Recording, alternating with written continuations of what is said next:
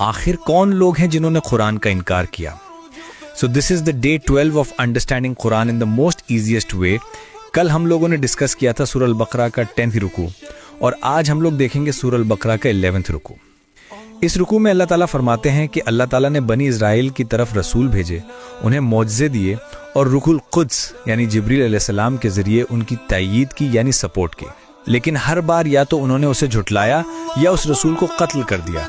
और फिर जब उनसे कहा गया कि हक़ को मान लो तो कहने लगे कि हमारे दिल तो पहले से ही गिलाफ में हैं, यानी हम पहले से गाइडेड हैं।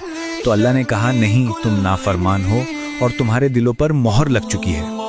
फिर जब कुरान आया जो उन्हीं की किताब तौरात की तस्दीक करता था तो उन्होंने उसी का इनकार कर दिया। तो अल्लाह ने फरमाया अजीब है, जिसे पहचाना उसी से इनकार कर दिया। तो अल्लाह की लानत है इनकार करने वालों पर। ये लोग कहते हैं कि हमें सिर्फ वही किताब चाहिए जो हम पे आई हो। सिर्फ हसद और जिद की वजह से इन्होंने अपनी तरफ आने वाली रोशनी को रिजेक्ट कर दिया। और रुकू के एंड में अल्लाह ताला कहते हैं कि जब उनसे कहा जाए कि कुरान पर ईमान लेके आओ तो कहते हैं कि हम सिर्फ उस पे ईमान लाते हैं जो हम पे नाजिल हुआ है, बाकी को इनकार करते हैं। हालांकि वही किताब यानी कुरान उनकी अपनी किताब यानी तौरात की तस्दीक करती है। तो ये था सूरह अल-बकरा का 11th रुकू और कल इंशाअल्लाह हम डिस्कस करेंगे सूरह अल-बकरा का 12th रुकू। So make sure you follow. जज़ाकल्लाह खैर।